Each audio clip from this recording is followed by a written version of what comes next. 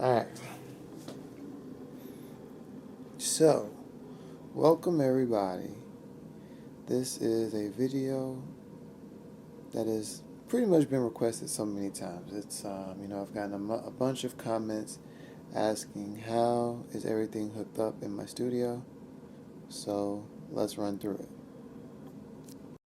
We're going to start off with the brains of the operation, which is the Akai Force. Notice that the Akai Force has these USB cables coming out the back. One of these USB cables is for the audio interface I have plugged into it, which is this audio interface right here plugged up on the top. Alright, this is a 4-channel Behringer audio interface. It's called the UMC 404 HD. Right, and so that's how I get 4 inputs going into my Akai Force. Right, 4 inputs going in, and the cool thing about that, it also allows me to have 4 inputs going out, which is, that's what the Akai Force has originally, right? But if you've seen one of my previous videos, you know that my Akai Force's audio inputs all blew out. So, this is what I got to roll with. I have to use this interface if I want sound coming out the Force. Alright? And I have this plugged into the back of an audio patch bay. Alright? And so the way I have it set up, if you look way here in the corner, see if I can get this. You see it says Force 1, 2, Force 3, 4, but you don't see any patch cables going anywhere. And that's because I have it normalized to waterfall automatically down. Where is it waterfalling down to? It's waterfalling down to the first 4 inputs of my 8-input Behringer audio interface that is plugged into my computer. Alright? So to make sure y'all get this, this 4-channel input one, is my Akai Force, and it's spitting out audio to the 8-channel interface, which is hooked up to my computer. So that way, right, I have 4 independent channels coming out of the Akai Force, so I can record them independently into my computer, right? Maybe a stereo track of drums, so that'll be 2 tracks, a single track of my vocals, that'll be the 3rd track, and then maybe the 4th track is like the main synth lead I'm going to use. Maybe I want to, have a little bit more mixing flexibility with that. That's usually how I do it, alright? And so, of course, we have patch cables that can take you from one thing to the other because I have a few synthesizers, alright?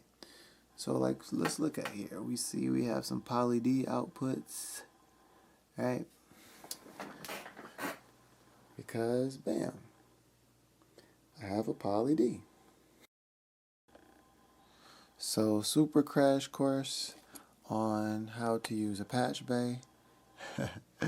Right, we have the output of the Poly D right here coming out of this patch cable, and notice it is going in to Akai Force input number 1 right here.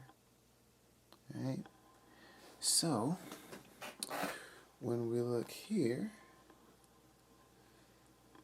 alright, get this. If we look at this audio track, see input 1, 2. If I hit a key,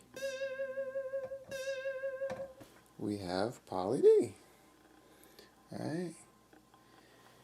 And so, yeah, of course, we have a Behringer Wasp. You've seen this in the videos a few times. And we have a Microkorg. Alright, and, I have that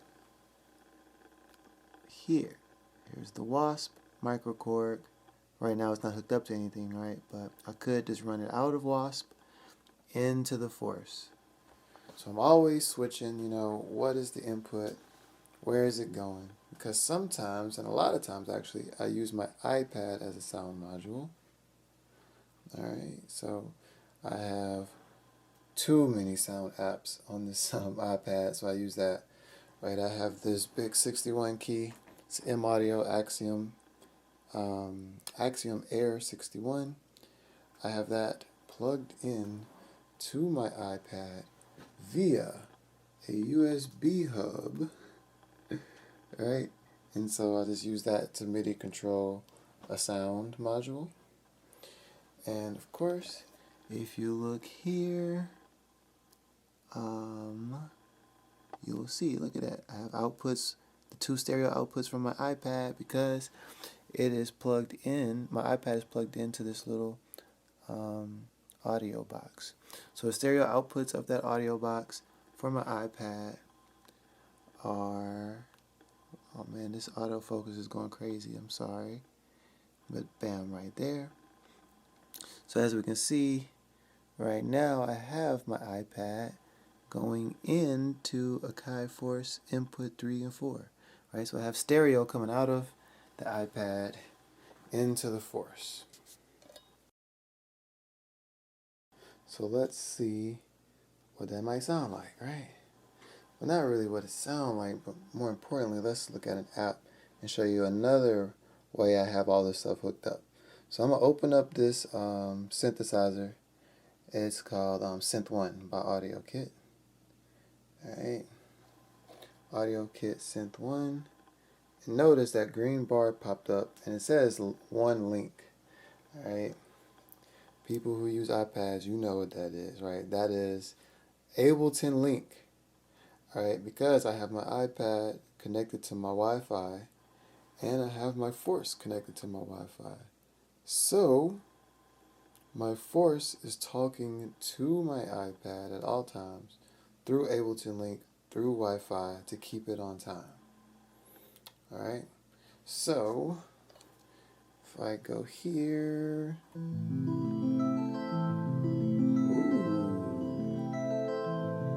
alright, now notice you heard that arpeggiator, right? I want to make sure you get it.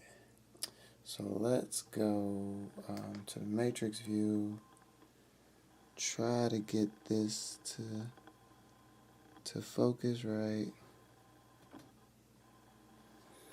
Alright, so we have BPM here and it says 86 BPM.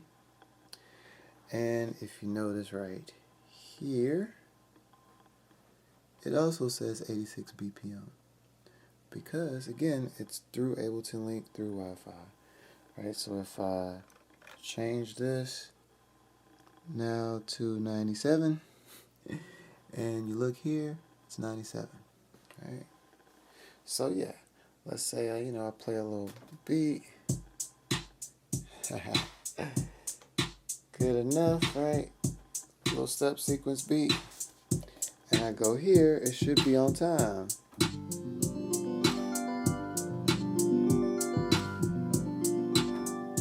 And there we go. It's on beat. So not only is my iPad linked to the Force through Wi-Fi and Ableton Link to keep it on track, of course, I have MIDI out coming out of the Force into the Poly D, so that the Poly D can also keep time, right? So it's MIDI synced. And if you look here, right, of course, this is the MIDI in from the Akai Force to give it its MIDI clock to the Poly D, and it's spitting that MIDI clock out into the Wasp. So now the Wasp can be on time, and then the Wasp is spitting that clock out and going into the Microkorg.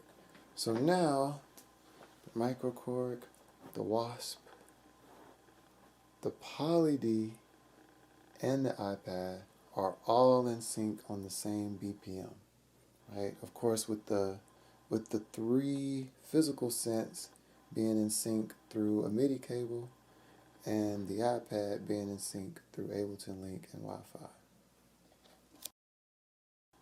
I also have a little old, like 80s all-in-one record player / cassette player / radio, and I use that for my sampling.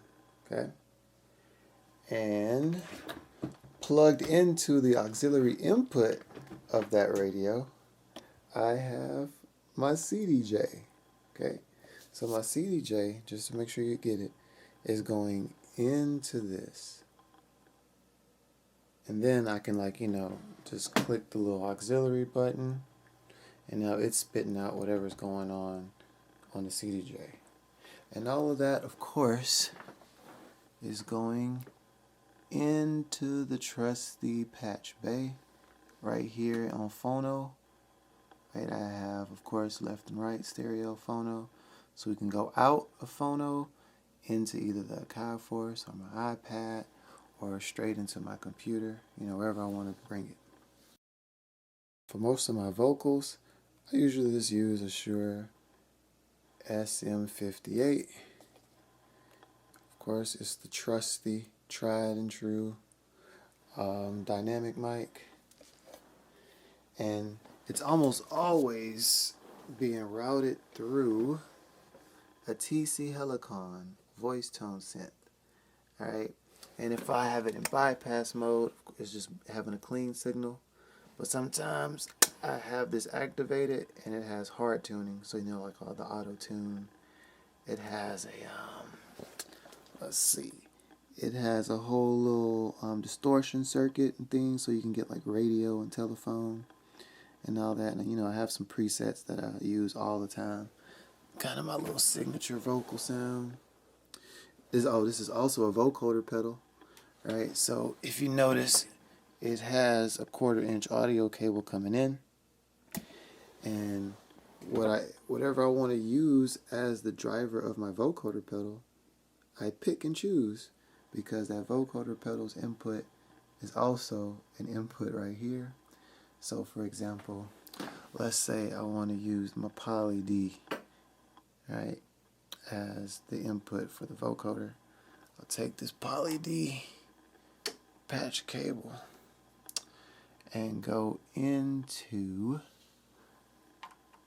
this right here. Bam! It's labeled as EHX because at one time I had an Electro Harmonix vocoder pedal, but now I switched to the TC Helicon.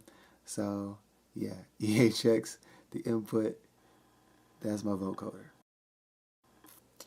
Alright, and so now, right, when I play my Poly D, it's going to be going into the vocoder pedal and be the the carrier signal for the vocoder. So, but of course, if I want to, right, I could just switch it and have it be the Wasp or the Microkorg or a synth from my iPad, right? Whatever I want to do. And it just depends on how I'm feeling at that time. If I don't want to use the vocoder, right, I also have a talk box. Right, we can get real old school with it. And usually what I do, I just take the that input signal, I just unplug it from my vocoder pedal and plug it into the talk box. We also have other little random tidbit goodies. Like right here, we have an old hardware Korg reverb unit. Right, and so of course that's routed through the patch bay, so I can route any of my synths through it as an effect.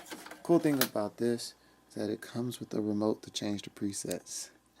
This is super 80s, y'all. So you're right, I don't even have to interact, with the panel in any way. If I want to change the way a reverb sound is, I just hit the next preset on the remote. And that, it gets used every now and then, This is kind of, honestly, it's kind of here for more like novelty. Every now and then I kind of like the cheesy 80 reverb, and I'll use it.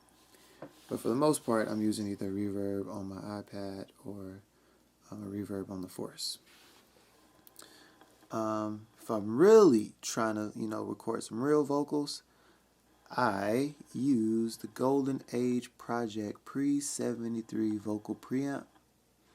Right, it has a really nice sound.